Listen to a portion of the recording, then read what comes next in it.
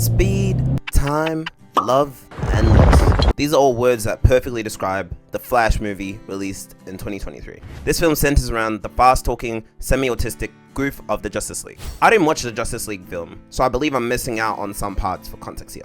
However, despite all that, I thoroughly enjoyed this movie. Everything from the music used, the score, and the scenes of the Flash zooming in, being slowed down, and the humor being incorporated. Now, while I admit I like the film, I can acknowledge that it's not perfect. For instance, the young version of the Flash, played by Ian Lowe, can be unbearable at times with how his jokes are sprinkled in. There is also the whole deal about how they bring in time and its many different possibilities, which can leave your head spinning sideways a lot longer than you like. Normally, these would get me, but since I was in a good mood, ready to have a good time, I was not only able to enjoy them, but I also learned to embrace them as well, which definitely added to my viewing experience. Say what you want about Ezra Miller with his crazy past, but the man definitely has put on a great performance as the Flash, and more particularly, Barry Allen. In the beginning of the movie, Barry is super awkward and feels like he's just a helper of the Justice League, as opposed to being part of the team, being taken seriously like everyone else. The awkward part doesn't change. I just figured that it was worth noting. The core of this movie comes down to him facing his past. For context, Barry's mother, Nora Allen, was murdered by an unknown assailant, and then that unknown assailant framed Barry's dad, Henry Allen. For a good amount of the movie, Barry tries to fight for his dad and find a way to prove his innocence of his accused crime. After he saves some falling babies and a dog from the hospital, yes, that did happen, he went on for a quick run in frustration, as far as I remember. Somehow, he ends up slowing time down and creating a portal in which he can go back in time with. He does this through this thing called the Chrono Ball. When I tell you this is sick, that's an understatement. The visuals and score of it all are a sight to behold and wonder. He eventually realizes that he can go back in time and undo the set of events, aka his dad getting the missing tomato can, which would give him back his innocence, and undo the death of his mum.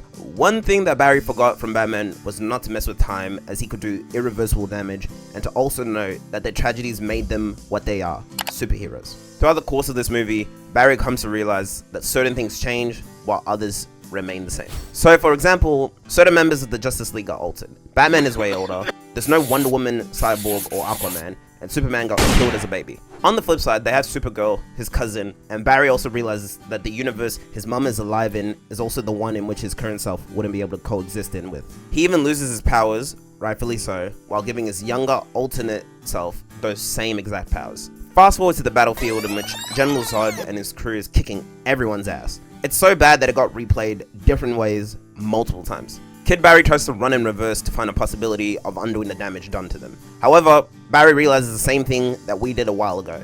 It's that certain moments in time are fixed. So for this timeline, Zod wins, which results in the death of this world. But it's in him realizing this and painfully telling Kid Barry the truth that he realizes that the harder you try to change some things, the more you end up making it worse for yourself. Barry was so concerned with trying to change the past that he was blinded by it, and in doing so, lost sight of his present, with his dad still being alive.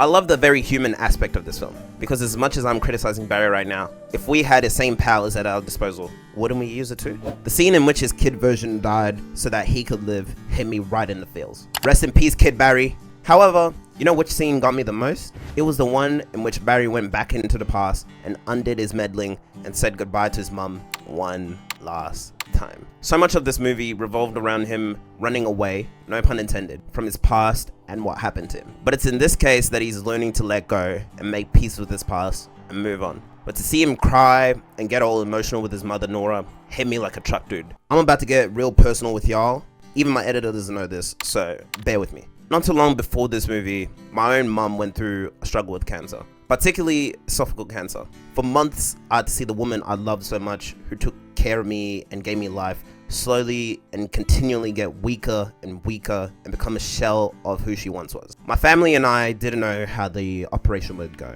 but we had faith either way in God that things would work and be okay no matter what. So even though I didn't lose my mother, I could very much empathize with what Barry went through here. So much so that I started bawling my eyes out when Nora started to comfort him in the shopping center and wiped his face before Barry went on to say goodbye. Because in a split moment, I could see myself do the same thing. So no matter what people say about this movie, it will always have a special place in my heart. As for my mum, she had an operation about early to mid-April this year, and fortunately, it went well. Now she's recovering and will be better than ever soon. I figured I couldn't leave you guys empty there, after dumping it on you like that. Thank you very much for listening to my sob story and watching my video.